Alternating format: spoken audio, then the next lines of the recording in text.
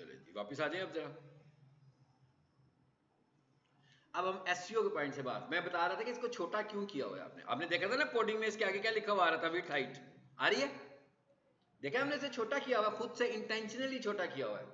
इसे छोटा इसलिए किया कि जब इसे हमने वेबसाइट को लाइव किया, तो जब वेबसाइट को लाइव किया तो जब लोग हमारी वेबसाइट को मोबाइल पे खोलते थे तो मोबाइल पे जो हमारा इमेज था वो बहुत बड़ा नजर आता था और उसके राइट साइड पर जो चीज थी उसके ऊपर भी नजर आ रहा था। तो ये बात एसईओ के अगेंस्ट है। इस वजह से गूगल ने हमारी वेबसाइट को क्राउल करना ही छोड़ दिया कि भाई ये वाली वेबसाइट ठीक नहीं है, इसका यूजर एक्सपीरियंस ठीक नहीं हो रहा। फिर हमने कहा कि भाई मोबाइल, और गूगल क्या कहता है, गूगल कहता है कि आपकी वेबसाइट अगर मोबाइल पर ठीक नजर आ रही है, अगर मैंने उसे मोबाइल पर इंडेक्स कर दिया तो इसका मतलब मैं उसे लैपटॉप और कंप्यूटर पर भी इंडेक्स कर दूंगा। यानी हम कह सकते हैं कि websites are mobile index first, ऐसे ही है ना। गूगल के मुताबिक, गूगल का रूल क्या है कि भाई पहले अपनी वेबसाइट को मोबाइल फ्रेंडली बना लो।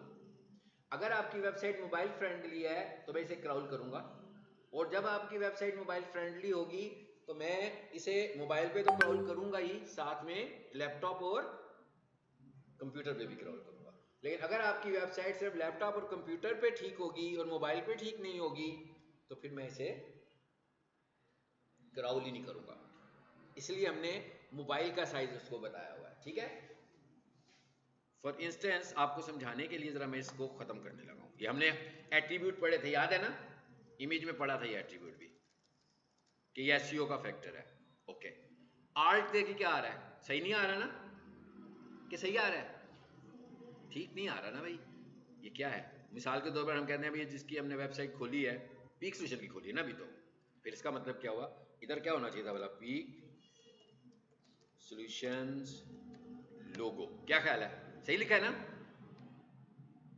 यहां पर पीक सॉल्यूशन भी तो नहीं ना होना चाहिए सिर्फ, क्योंकि अगर मैं पीक सॉल्यूशन लिखूंगा और कोई बंदा इमेजेस में जाएगा तो कोई इमेज बैनर आने की बजाय क्या नजर आएगा सामने, इमेज बैनर की बजाय क्या आएगा, लोगो नजर आएगा हर दफा। ये भी अच्छी बात नहीं है। जब कोई बंदा लोगो ढूंढ रहा हो तो फिर उसे लोगो नजर आएगा। ये आप डिजिटल मार्केटिंग की क्लास में आए हैं,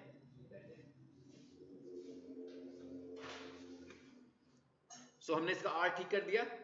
अच्छा, अभी हमने इसकी और चीजें भी कुछ ठीक करनी है जी। नाम भी इसका ठीक नहीं है, है ना, लोगो आईएमजी समझ में नहीं आ रहा ना, इसका नाम भी क्या होना चाहिए, पीक सॉल्यूशन लोगो। अब मैं इसको भी तब्दील करने वाला हूं, क्या करें बेला, आप लोगों ने बताना है। यहां आगे कहां जाऊं, कहां जाए, इमेजेस में जाए, कुल ठीक जगह पे आए हैं। अब क्या करना है बेला,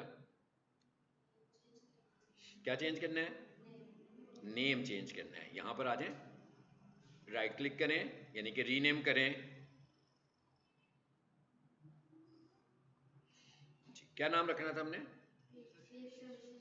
इसके शुरू में पीक सॉल्यूशन भी लगा दूं। आपको याद होगा जब मैंने आपको इमेज ऑप्टिमाइजेशन कराई थी तो मैंने कहा था फाइल का नाम छोटी एबीसी पे रखना है, फाइल के नाम के वर्ड के बीच में स्पेस नहीं होना चाहिए, तो फिर क्या होना चाहिए, डैश होना चाहिए। तो आप देख रहे हैं हमने डैश ही लगाया ना। अब क्या हुआ, ये ऑप्टिमाइज्ड नेम आ गया ना, अब एक गूगल फ्रेंडली नाम हो गया इमेज का, ठीक है। चलो अब इसको चलाकर देखें जरा, सेव किया मैंने कि नहीं किया, नहीं किया, सेव कर लें। चलिए अब इसको रिफ्रेश करते हैं, जरा देखते हैं क्या होता है। ओहो, ये क्या हो गया भाई, क्या हुआ आपने बताना है। कहाँ, गुड, तो ये घर जाके याद रखना है। ये सारी वो गलतियां मैं करके दिखाता हूँ आपको कि आपको याद रहे, फिर आप घर जाके भूल जाते हैं कि कहाँ गलती कर रहे हैं आप। हमने नाम फाइल का तो चेंज कर दिया, लेकिन कोडिंग में अभी उसका पुराना नाम चल रहा है, ठीक है। आ जाए वापस कोडिंग में, बिल्कुल ठीक बताया इन्होंने। कहाँ पर चेंज करना है भाई नाम, कौन सी लाइन थी इसकी, ये वाली थी। अच्छा, किस एट्रीब्यूट को चेंज करना है ये बताना है आपने मुझे, कौन से एट्रीब्यूट को चेंज करना है, इमेज का नहीं, इमेज तो टैग है ना, उसका कौन सा एट्रीब्यूट चेंज होना है, एसआरसी, बिल्कुल ठीक है। तो यहाँ पर आए, यहाँ पर क्या लिखना था मैंने, अच्छा इसका बेहतर तरीका ये नहीं है जो मैं कर रहा हूँ, पता है क्या है, क्योंकि हम टाइप कर रहे हैं ना, टाइपिंग मिस्टेक भी हो सकती है, तो उधर फाइल का नाम तो पड़ा हुआ है ना, वापस राइट क्लिक करें, रीनेम करें, उसको हाईलाइट करके कॉपी कर लें और यहाँ लाकर पेस्ट कर दें, ताकि स्पेलिंग मिस्टेक के ऑप्शन बिल्कुल खत्म हो जाएं। ये ना हो कि आपको लग रहा हो कि आपने तो ठीक किया है, लेकिन बाद में पता लगे कहीं स्पेस आ गया, कहीं नाम गलत हो गया, तो इस वजह से एरर आने लगा हुआ है। सेव कर लें। क्या ख्याल है, अब ठीक होना चाहिए उसको कि नहीं होना चाहिए? हो गया ठीक? वो मैंने उसकी विड्थ हाइट भी खत्म कर दी ना, तो उस वजह से अब बड़ा भी नजर आ रहा है हमको यहाँ पे। समझ में आ गया? ये भी क्लियर हो गया, इसका मतलब है, मेरा ख्याल है कि इसके सारे इमेजेस इस तरह क्लियर हो गए कि नहीं हुए? अच्छा, इस वेबसाइट में जिसने बनाई हुई है उसने एक काम किया हुआ, जरा देखिएगा, इस पर राइट क्लिक करो, ये क्या लिखा हुआ है, सेव इमेजेस, मसला वैसे ही हल हो जाएगा जैसे मैंने बताया, हो जाएगा ना? याद है आपको, हमने वेब पी पढ़ा था, मैंने क्या कहा था कि हम सबको वेब पी कर लेते हैं, सिर्फ किसको नहीं करते, फेविकॉन को नहीं करते। तो इसका मतलब क्या हुआ कि ये भी एसईओ का पार्ट होगा कि आप जब अपनी वेबसाइट कन्वर्ट कर रहे होगे तो आपने सारे इमेजेस को क्या बना लेना है, वेब पी बना लेना है। ओके, जरा और आगे चलते हैं। ये भी इमेज है, इस पर भी राइट क्लिक करें, इस पर भी सेव इमेज आ रहा है, एक पे नहीं आ रहा होगा शायद, देखिएगा जरा किस पे नहीं आ रहा, इस पे नहीं आ रहा, नहीं आ रहा ना इस पे सेव इमेज है। चलिए इसका हल मैं आपको बता देता हूँ। इसका नाम क्या है भाई, बिफोर आफ्टर वाली इमेज है ना ये, जरा इधर आए, इमेजेस में जरा देखते हैं, यहाँ वो तस्वीर नजर आ रही है आपको कि नहीं आ रही? यही वाली है, बिफोर आफ्टर वाली। तो इसका मतलब क्या हुआ, इसको जरा रीनेम करके देखें जरा, इसका नाम क्या पूरा, ये कंट्रोल सी, कोडिंग में आए, देखते हैं ये कहाँ है।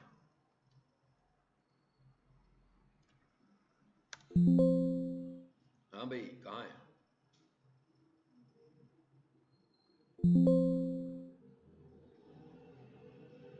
कहीं मिली है उसको कि नहीं?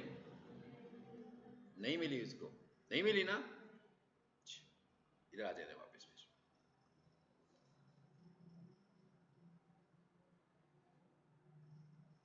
बीजी इमेज में है जरा, यहां भी पड़ी हुई है, ये वाली है, ठीक है। इसका क्या नाम है, इसका नाम बिल्कुल ठीक, कॉलम बीजी इमेज, बड़ा अजीबोगरीब सा नाम रखा हुआ है ना। यही हमने सीखा था ना कि एसईओ करते हुए हमने यूजर फ्रेंडली नाम रखते हैं, यानी हम क्या कह सकते हैं, before dash after dash cleaning services, उसकी रेफरेंस से रखेंगे ना। ठीक है, इसको मैंने किया कॉपी, इसका फॉर्मेट क्या है जरा देखें, जेपीजी है। अब आ जाए वापस कोडिंग में,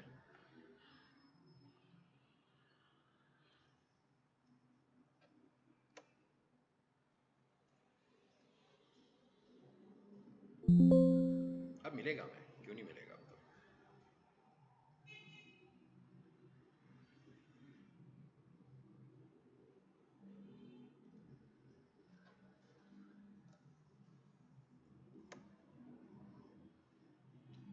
इमेज 3 था ना, फिलहाल मैं इतना लिखता हूँ सिर्फ।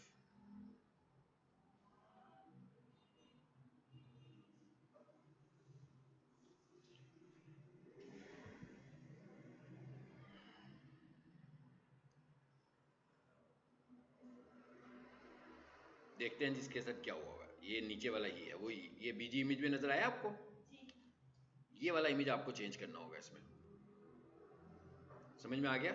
और कहाँ पड़ा, कहाँ हुआ ये, बीजी इमेज के अंदर ही पड़ा हुआ है ये, इमेजेस के अंदर, ये सिर्फ एक इमेज है जो कि डिफरेंट लोकेशन पे पड़ा हुआ है, बाकी सारे इमेजेस जो हैं वो आपको आसानी से राइट क्लिक करके मिल जाएंगे। इसका मतलब क्या हुआ, अब हमने ये सपोज कर लिया, क्या सपोज कर लिया, इमेज हैंडलिंग हो जाएगी सारी, ये नहीं चल रहा अभी इस वक्त भाई जी, वीडियो प्लेयर कॉन्फ़िगरेशन एरर, ये मेरी विंडो का कोई एरर होगा, अभी देखते हैं, अभी भी नहीं चलता कि अब चल पड़ेगा, देखते हैं, यहाँ से चल पड़ा है, वो भी सिर्फ यूट्यूब पर ही आया है, ठीक है। ओके, आगे आ जाए जरा। ये चल रहा है, अभी हम देखेंगे कि इसमें कोई इशू है, वो मैं हल करवा दूंगा आपको। ये हमने डिस्कस भी नहीं किया अभी, ये भी करना है हमने, वीडियोस को और मैप को अभी साथ में डिस्कस करेंगे। यानी इमेजेस का मसला क्लियर हो गया सारा। अब आगे देखते हैं कि और किस चीज़ को देखें। मेन्यूज़, आपने लाजमी बात है मेन्यूज़ को भी अपनी कंटेंट के हिसाब से लिखना है ना। जैसे आप किस टॉपिक पे वेबसाइट बना रहे हो, आप देख रहे हैं कि हमने होम का बटन नहीं बनाया हुआ, बल्कि होम के बटन के अंदर उनका कीवर्ड एडजस्ट किया हुआ है। ठीक है, ये भी एक स्ट्रेटेजी है कि भाई होम का बटन लिखने की क्या ज़रूरत है, वो चीज़ लिखते हैं जो लोग वो सर्च करते हैं। हर मेन्यू को ऐसा नहीं करेंगे, सिर्फ होम के बटन को जो हम कीवर्ड रैंक कर रहे हैं। लाजमी बात है, अगर आप में से कोई डिजिटल मार्केटिंग के हवाले से कर रहा होगा तो उसका जो अपना कीवर्ड होगा वो यहाँ पे लाएगा ना। मीन्स आपको मेन्यूज़ को चेंज करने की ज़रूरत पड़ेगी। तो मैं आपको ज़रा दिखाऊंगा ये मेन्यूज़ कहाँ पड़े हुए हैं और आप कैसे चेंज करेंगे। हम एक काम करते हैं, ये अबाउट वाला मेन्यू ढूंढ लेते हैं।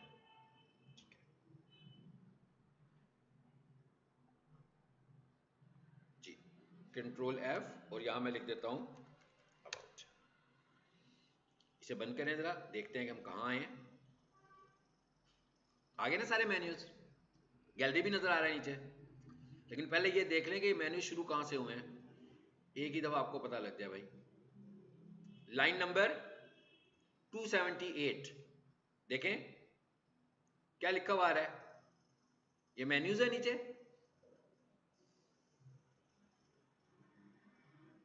ये मेन्यू है, सॉरी 286 पर, ठीक है, लिखा हुआ आ गया कि इस हिस्से में हमने सारे मेन्यूज बनाए हुए। आपको नजर आ गया एक एक मेन्यू। थोड़ा सा मैं जूम छोटा करूं, चले अब देखें। पहला यही है ना मेन्यू, दूसरा सब मेन्यूज आ गए। फॉर एग्जाम्पल आप इनमें से कौन सा मेन्यू चेंज करने लगे हैं, ये वाला हम करने लगे। सपोज करते हैं मैं कहता हूं इसको होम कर देते हैं, आपको समझाने के लिए मैं इसे चेंज करने लगा हूं।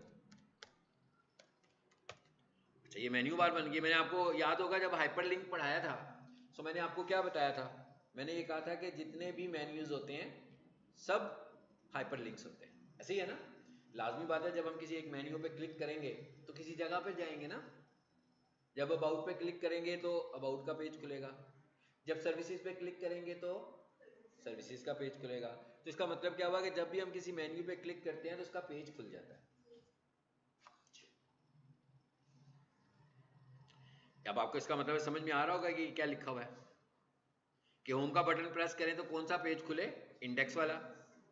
अच्छा, सर्विसेज का बटन प्रेस करें कुछ भी ना खुले, क्यों ना खुले जरा देखिएगा।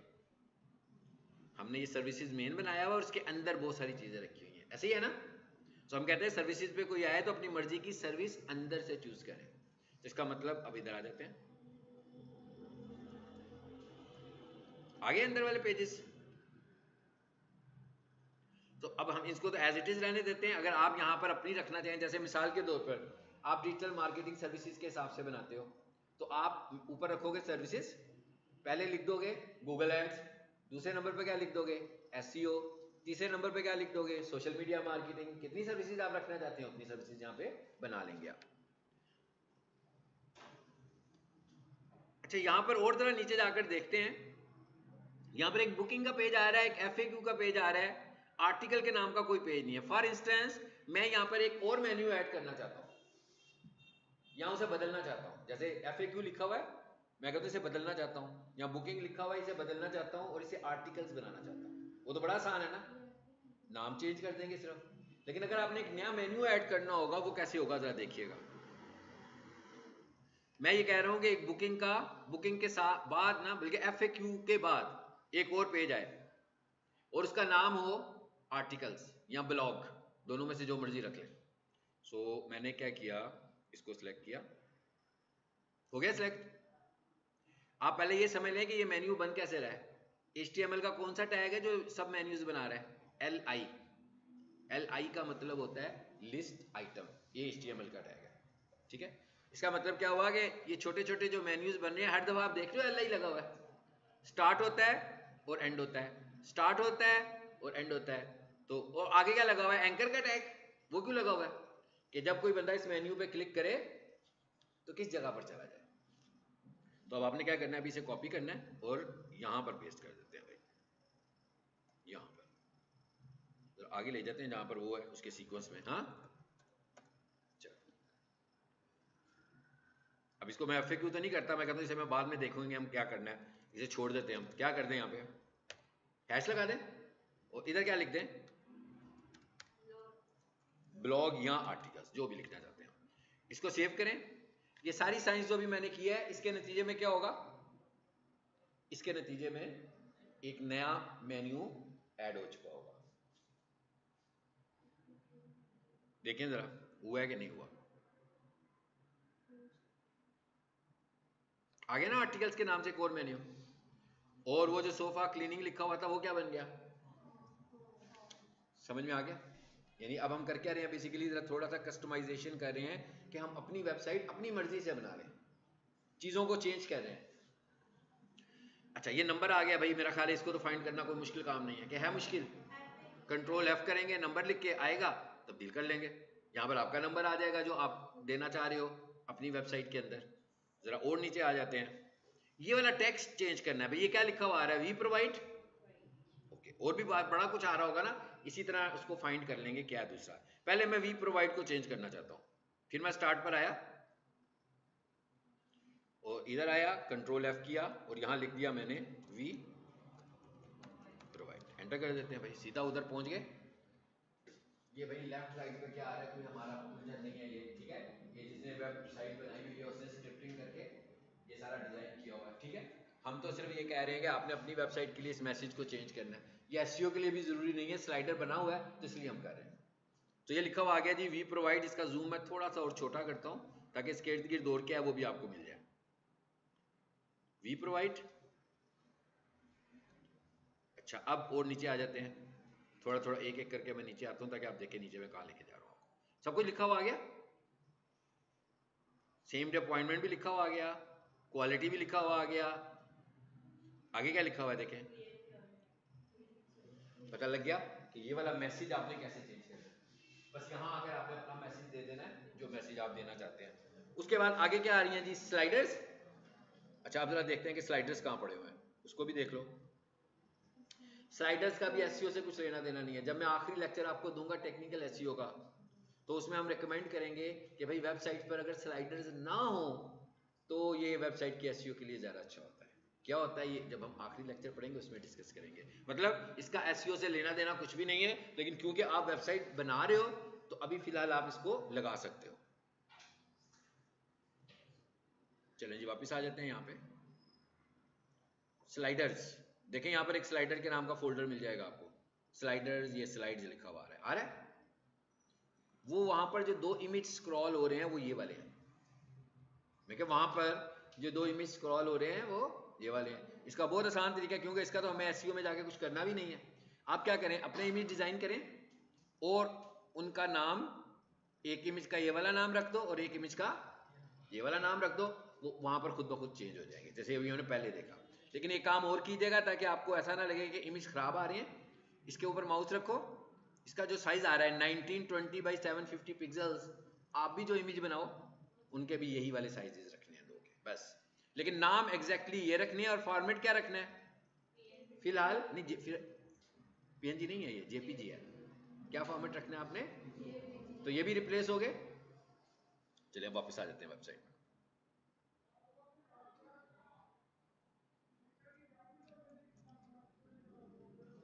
अच्छा ये यहाँ पर एक एरर आ रहा है, इसको भी हल निकालते हैं। यही रह गया मेरा ख्याल है, दो ही चीजें रह गई है ना पीछे, बाकी तो सब सिमिलर कंटेंट आ रहा है।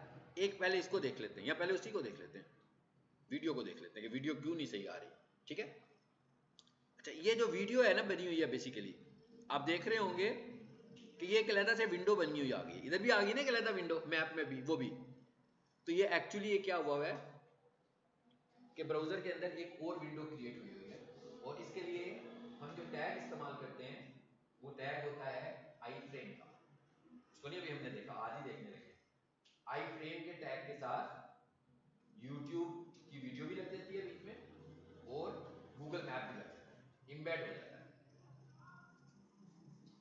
इसका मतलब क्या हुआ कि अगर मैं इसे देखना चाहता हूं तो मैं क्या देखने वाला हूं, आई फ्रेम।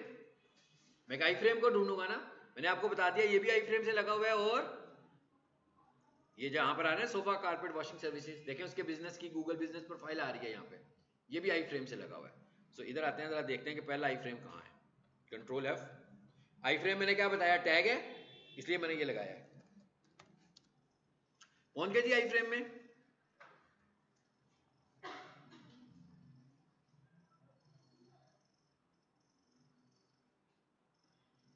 फुल ठीक है।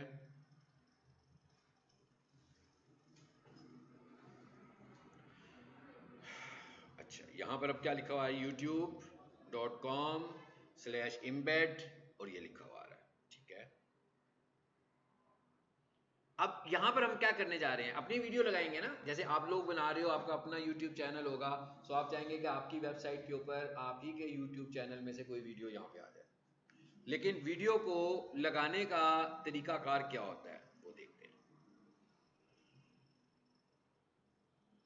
बल्कि यूट्यूब पे आ ही जाते हैं।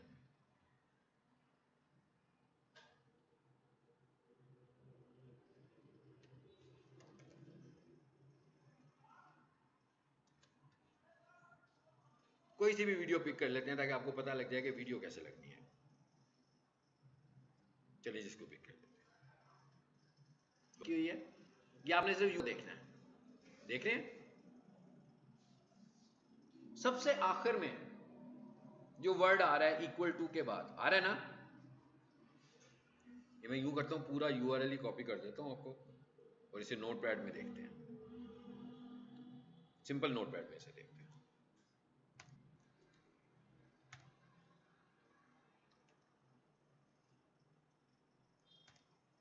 जी, फुल स्क्रीन पे देखें,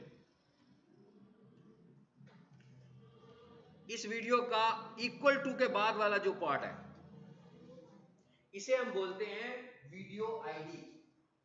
जब भी आप कोई वीडियो प्ले करोगे तो अगर आपको उस वीडियो की आईडी को देखना होगा तो आखिर में जहां इक्वल टू लिखा होगा उसके बाद जो कुछ भी होगा वो क्या होगा, वीडियो आईडी।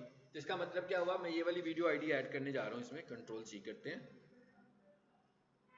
और इधर वापस आ जाते हैं कोडिंग में। जी जरा देखते हैं कि इसमें कोई एरर क्यों आ रहा था पहले, आ रहा है, वैसे इसमें एरर नहीं आना चाहिए। चलो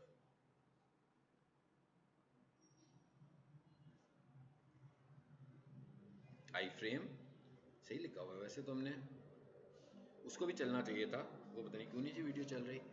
अब देखते हैं क्या होता है।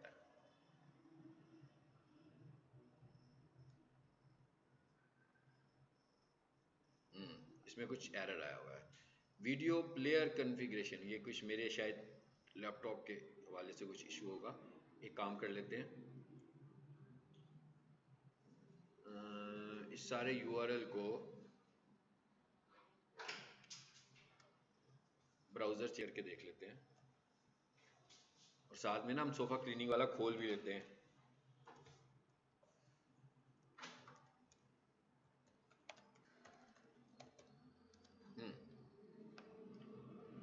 ये लाइव वेबसाइट अब मैं खोल के दिखाने लगा हूँ कि कहाँ पे ये लगा हुआ है। देखते हैं कि वहाँ पर गूगल ने तो नहीं कुछ चेंज की, अगर तो वहाँ से भी आ दिया होगा मतलब होगा गड़बड़ी। हम देख लेते हैं कि कहाँ गड़बड़ हो रही है, इस वेबसाइट को ज़रा खुलने दें।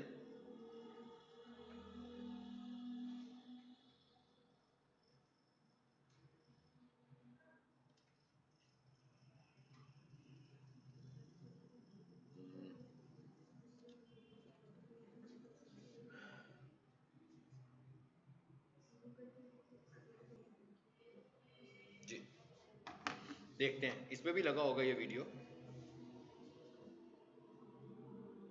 ठीक आ रही है, इसका मतलब है कोड में कुछ एरर होगा।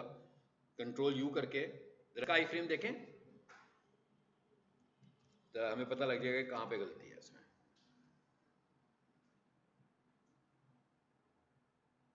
आई डोंट थिंक कि इसमें कोई गलती है उसमें, लेकिन फिर भी हम एक काम करते हैं, इसको कॉपी करके वहाँ ले जाते हैं ताकि हम समझ लें कि मिस्टेक कहाँ हो रही है।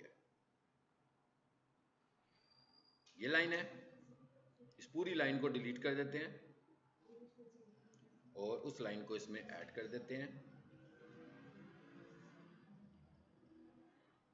/embed, बिल्कुल वैसे ही लिखा हुआ है। अब देखते हैं,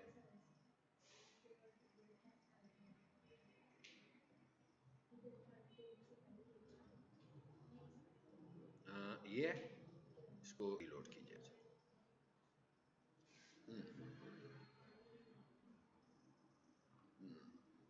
नहीं, ये मेरा ख्याल है कि वेबसाइट जब लाइव होगी ना तब दिखाएगा। पहले ये इसको ऑफलाइन भी दिखाता था, अब नहीं दिखा रहा। यानी मैंने प्रीवियस क्लास में भी जो पढ़ा था ना उसमें भी इसको ऑनलाइन दिखा रहा, ऑफलाइन दिखाता था, लेकिन अब नहीं दिखा रहा, तो कोई बड़ी बात नहीं है, क्योंकि वो लाइव वाला दिखा रहा है, यहाँ पे नहीं दिखा रहा।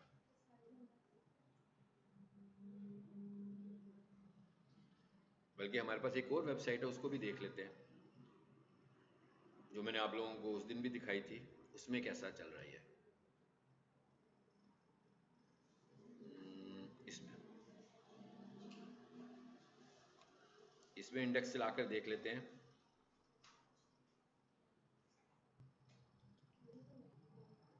हाँ, ठीक हो गया ना। ये बिल्कुल लेटेस्ट पे इसकी अपडेट है कि ऑफलाइन में नहीं दिखा रहा, ये ऑफलाइन में दिखाता था वीडियो को, ठीक है, अभी नहीं दिखा रहा।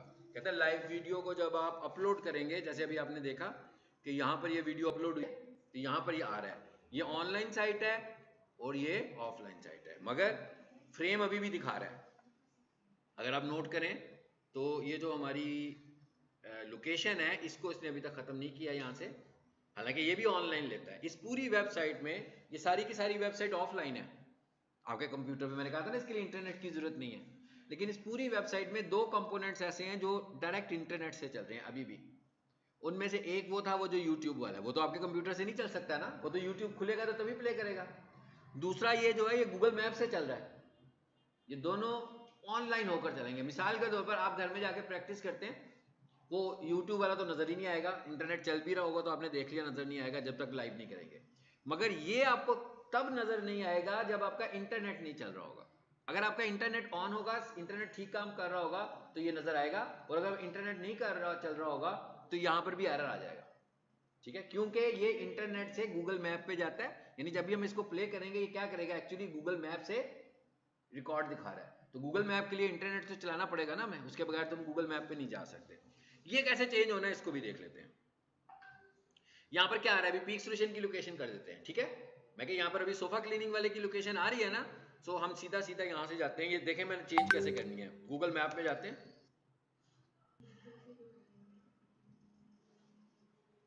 जी इधर आए, और यहाँ आकर मैंने लिख दिया पीक सोल्यूशंस। किसी भी एक लोकेशन में पिक कर लेता हूँ, जैसे ये वाली आ गई है।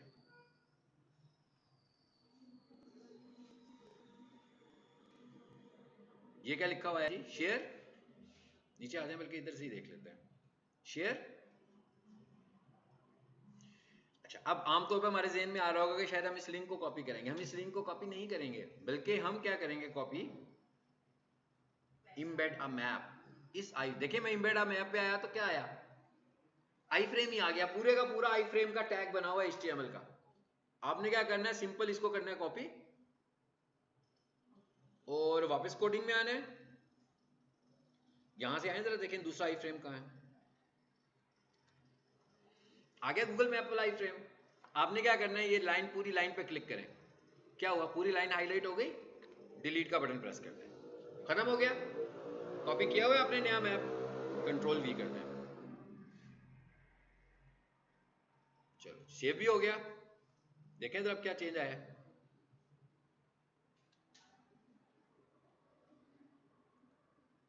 ऑफलाइन वेबसाइट कहाँ है,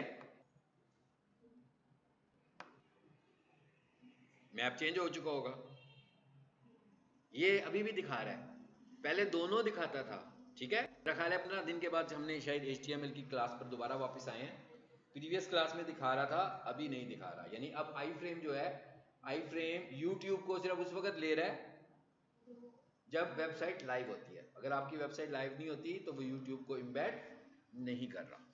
एनीवेज, हो गया जी ये सब हमारा। मेरा ख्याल है कि अब हम लोग इस काबिल हैं कि इस वेबसाइट का सिर्फ हमें होम पेज बनाना है। हम वेब डेवलपर नहीं बन रहे, हमें एक वेबसाइट मिलनी है, हमने उसकी एसईओ करनी है। अभी आपने देखा इतने सारे इमेजेस थे, तो हम सब कह रहे थे कि इन इमेजेस की ऑप्टिमाइजेशन करेंगे। क्या ऑप्टिमाइजेशन होगी, उनके साइजेस को देखेंगे, उनके नामों को देखेंगे, उनके आर्ट एट्रीब्यूट्स को देखेंगे, उनके फॉर्मेट्स को देखेंगे। अगर आपको एक वेबसाइट मिलती है, उसमें 10 इमेज पड़े हुए हैं, आपने उन 10 इमेजेस को ऑप्टिमाइज करना है। अगर आपको एक वेबसाइट मिलती है उसके अंदर 1000 इमेजेस है, इसका मतलब क्या हुआ, उन सारे इमेजेस को आपको ऑप्टिमाइज करना है, क्या करना है। और आखिर में फॉर्मेट की बात की है मैंने कि भाई हम क्या रेकमेंड करते हैं कि फेविकॉन के अलावा जितने भी इमेजेस हों उन सबको क्या होना चाहिए, वेब भी होना चाहिए। ये नहीं कहा मैंने, प्रीवियस क्लास में हमने बात की थी, हमने क्या कहा था कि जितने भी इमेजेस होंगे इसको हम बोलते हैं नेक्स्ट जनरेशन इमेज फॉर्मेट। ये जो डॉट वेब पी का फॉर्मेट है ये है नेक्स्ट जनरेशन इमेज फॉर्मेट, और ये किसी एप्लीकेशन से नहीं होता। आपने भी देखा था प्रीवियस क्लास में, मैंने बताया था ये ऑनलाइन कन्वर्टर है। तो अगर आपके पास वेबसाइट पे जेपीजीज होंगी तो आप कहोगे जेपीजी टू वेब कन्वर्टर, अगर आपके पास पीएनजी होगी तो आप कहोगे पीएनजी टू वेब कन्वर्टर। आप इन वेब इमेजेस को डाउनलोड करोगे, इनको कन्वर्ट करोगे और इनको वेबसाइट पे ऐड करोगे।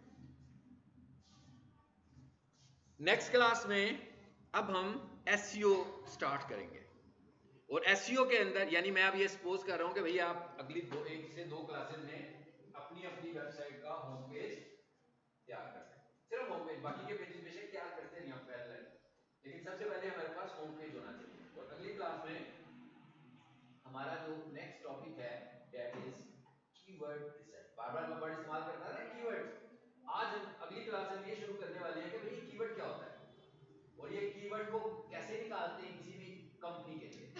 मतलब अगर आप सबने 10 वेबसाइट सोची हुई है बनाने के लिए तो हो सकता है सबका अलग अलग मॉडल हो ना, कोई एजुकेशन हो, कोई फर्नीचर हो, कोई सर्विसेज हो, कुछ भी हो सकता है। तो जब हमने इनकी वेबसाइट की रैंकिंग शुरू करनी है, जब हमने इनकी वेबसाइट पे काम शुरू करना है, तो हमें सबसे पहले ये देखना है कि इनकी वेबसाइट पे आने के लिए लोग सर्च क्या करते हैं, कौन से अल्फाज में जिन्हें लोग लिखते हैं, उनको हमने फाइनलाइज करने के लिए कीवर्ड रिसर्च करते हैं, ताकि हमें ये पता लग सके कि मसलन मुझे कोई बंदा कॉलेज वाला कहता है कि मेरी वेबसाइट की एसईओ कर दें, तो मैं सबसे पहले क्या करूंगा, उसके कीवर्ड्स निकालूंगा।